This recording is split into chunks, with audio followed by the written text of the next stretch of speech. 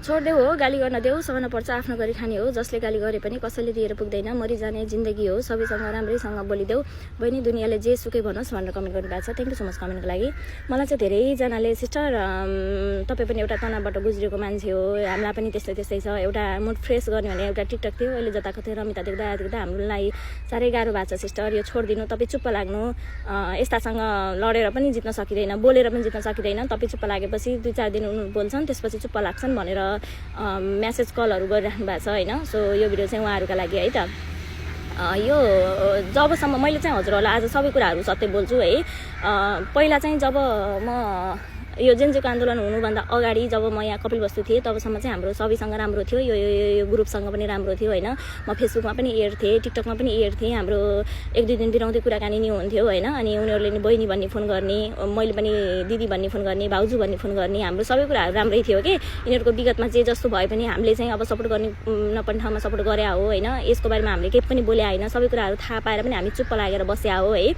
उसले गरोस् खाओस् भनेर हामी चुप्प लाग्या हो। त्यसपछि के भयो भने म जेन्जेको आन्दोलनमा काठमाडौँ गएँ होइन। काठमाडौँ गइसकेपछि चाहिँ म सामान लिन भनेर गएँ, अनि जेन्जे आन्दोलन भयो। त्यसपछि चाहिँ मलाई उतै बस्न मन लाग्यो कि उतै बसेर पसल गर्छु भन्ने सोच आयो होइन। म सटरहरू खोल्न पनि लगाएँ, मैले कोठा पनि लिइसकेको थिएँ, अनि कोठा पनि लिइसकेको थिएँ। त्यसपछि मैले एउटा भिडियो राखेँ, अब म यतै बस्छु, यतै बसेर सटर पाइयो भने पसल गर्छु, होइन भने यतै बसेर अनलाइन गर्छु भनेर मैले भिडियो बनाएँ। भिडियो बनाइसकेपछि 2-3 दिनमै कन्ट्रोभर्सी निस्क्यो हेर्नु होइन। अनि एक्कासै कन्ट्रोभर्सी निस्क्यो, मैले सोचेको पनि थिएन होइन। यिनीहरूसँग मेरो राम्रै थियो, यिनीहरूलाई केही भन्न पर्ने थियो भने मैले सिधै मेसेन्जरमा फोन गर्थेँ, यिनीहरूको बारेमा सबै थियो, दुखेसो पोख्ने यताउति सबै थियो। अनि त्यस्तो दुखेसो मैले पनि दुखेसो पोख्थेँ, उनीहरूले पनि दुखेसो पोख्थे, किन त्यस्तो यिनीहरू विरुद्ध किन त्यस्तो भनिन्थ्यो र होइन। अब भन्न पर्ने थियो भने मेसेन्जरमै भनिन्थ्यो, तर मैले यिनीहरूलाई केही भनेको थिएन। एक्कासी हामीलाई नै हो भनेर दुनियाँभरको गरी होइन, त्यो आमा भन्ने शब्दलाई बिचमा ल्याइसकेपछि एकदमै टर्चर भयो 2-3 दिन है, एकदमै गाह्रो भयो। अनि त्यसपछि म यहाँ माइत हजुरबा बिरामी हुनुहुन्थ्यो, अनि म माइत आएँ। त्यसपछि माइत आइसकेपछि चाहिँ मलाई एकदमै टर्चर भएको थियो त्यति बेला। अनि उसको चाहिँ जस्तो अब सबैको सोच एउटै हुँदैन नि, कतिपयले त साथी भए पनि अब म त सत्यको साथ दिन्छु भन्ने खालका हुन्छन् होइन। अनि उनीको ग्याङमध्ये उनीका साथीहरूमध्ये चाहिँ मलाई चाहिँ 2-4 जनाले फोन गर्नुभयो, अनि फोन गरेर सिस्टर म उनीको साथी हो हुन चाहिँ, तर मेरो नाम नआओस्, मलाई चाहिँ सबै कुराहरू थाहा छ, त्यही भएर मलाई सत्यको साथ दिन मन लागेर तपाईँलाई फोन गरेको। यिनीहरूको चाहिँ प्लान हो, तपाईँ काठमाडौँ आएर पसल गर्छु भन्नुभयो, त्यही भएर यिनीहरूको प्लान हो तपाईँलाई हटाउनको लागि। तपाईँ चाहिँ अलिकति पनि नडराउनु होला, तपाईँ नअडबडाउनु होला सिस्टर। यिनीहरूले तपाईँलाई जति खेदो खन्छन्, तपाईँ यही काठमाडौँमा जो पसल स्टार्ट गरेर तपाईँले देखाउनुपर्छ, तपाईँ नआत्तिनु होला सिस्टर। यिनीहरूको तपाईँलाई हटाउने प्लान मात्र हो, अरू केही होइन भनेर उनीका ग्याङमध्ये भन्नाले नजिकका मान्छेबाट चाहिँ मलाई फोन आयो, 2-4 जनाले फोन गर्नुभयो है। अनि त्यसपछि फोन मेसेज गर्नुभयो, अनि त्यसपछि चाहिँ केही समयसम्म म यता हजुरबा बिरामी हुनुहुन्थ्यो, अनि तिहार आयो, तिहारमा आफ्नै जीवन चलिरह्यो होइन। अनि त्यसपछि तिहारपछि चाहिँ उसले चाहिँ म चुप्प लागेको थिएँ, मैले केही भनेको थिएन त्यसपछि होइन। अनि मेरो बाबा मम्मीलाई फोन गर्ने, धम्काउने होइन।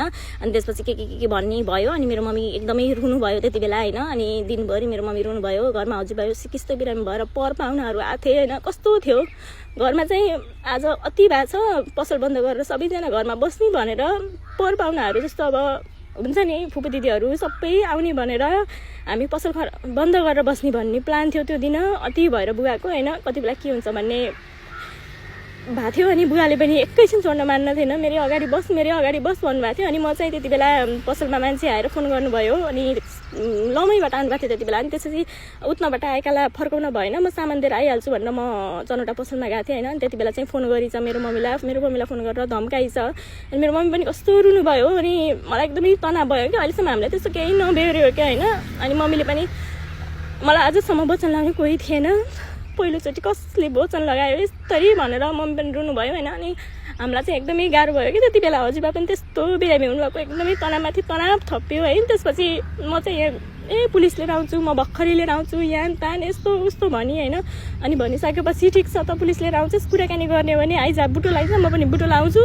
त्यसपछि प्रहरी कार्यालयमै गएर छलफल गरौँला, प्रहरीले नै छानबिन गर्छ भनेर मैले भने। अनि म आइहाल्छु गरेँ। अनि म बुटोल गएँ हेर्नु, घरमा सबै पाहुनाहरू हुनुहुन्छ। अनि म बुटोल गएँ, बुटोल गएर दिनभरि चौकीमा जाने भनेर बस्यो होइन। तर ऊ आइने उसको त सबै नाटक रहेछ होइन।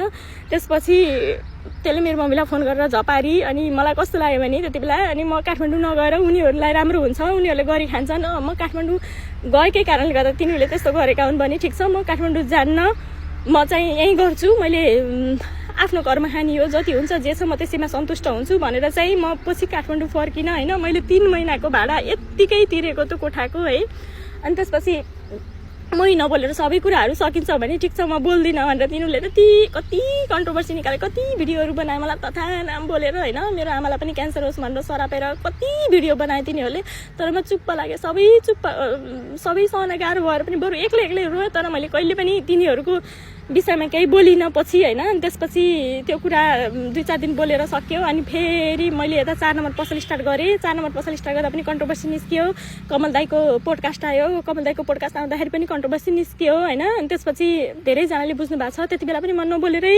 बसेँ है अनि अहिले चाहिँ कमल दाईको फेरि रिपोर्टिङ गर्न दाई घर आउनु भएको थियो नि त्यही भएर अब त्यो रिपोर्टिङ फ्यामिलीसँगको कुरा आइसकेपछि सबैले सपोर्ट गर्छन् सबैले माया गर्छन् अगाडि बढ्छ भनेर चाहिँ यिनीहरूले फेरि पनि कन्ट्रोभर्सी निकालेका हुन् होइन मलाई चाहिँ अति भएर यसपालि म बोले हो जति बेला पनि म यिनीहरूसँग बाजिएर बस्न सक्दिनँ जति बेला पनि यिनीहरूको टचर सहेर बस्न सक्दिनँ मैले आफ्नो गरेर खाछु होइन उनीहरूले आफ्नो गरेर खाछन् यिनीहरूले हामीलाई दिन परेको छैन मैले यिनीहरूलाई दिन परेको छैन तर पनि यिनीहरूले पटक कन्ट्रोभर्सी निकालेछन् मलाई तथा नाम बोलै छन् मेरो बाबा मम्मीलाई फोन गरेर झपार्ने धम्की दिने सबै गरिसकेका छन् त्यही भएर म यसपालि चाहिँ अति भएर बोले हो अब म एकैचोटि इन्डिङ गर्छु अब इन्डिङ गरिसकेपछि फेरि पनि यिनीहरूले मेरो कन्ट्रोभर्सी निकाल्न नसकुन् कि त्यो तरिकाले म इन्डिङ गर्छु जति बेला नि लडेर बस्न म सक्दिनँ म पनि एउटा तनावबाट गुज्रिएको र बल्ल निस्केको मान्छे हो मलाई पनि यो टचर यो सहनु छैन होइन यो पनि झेल्नु छैन यो आरोपहरू यो गाली गलौजहरू सुन्नु छैन मैले आफ्नो गरेर खाछु त्यही भएर पनि म अब अति भएर बोले हो म यसपालि चाहिँ टोटली इन्डिङ गर्छु त्यसपछि चाहिँ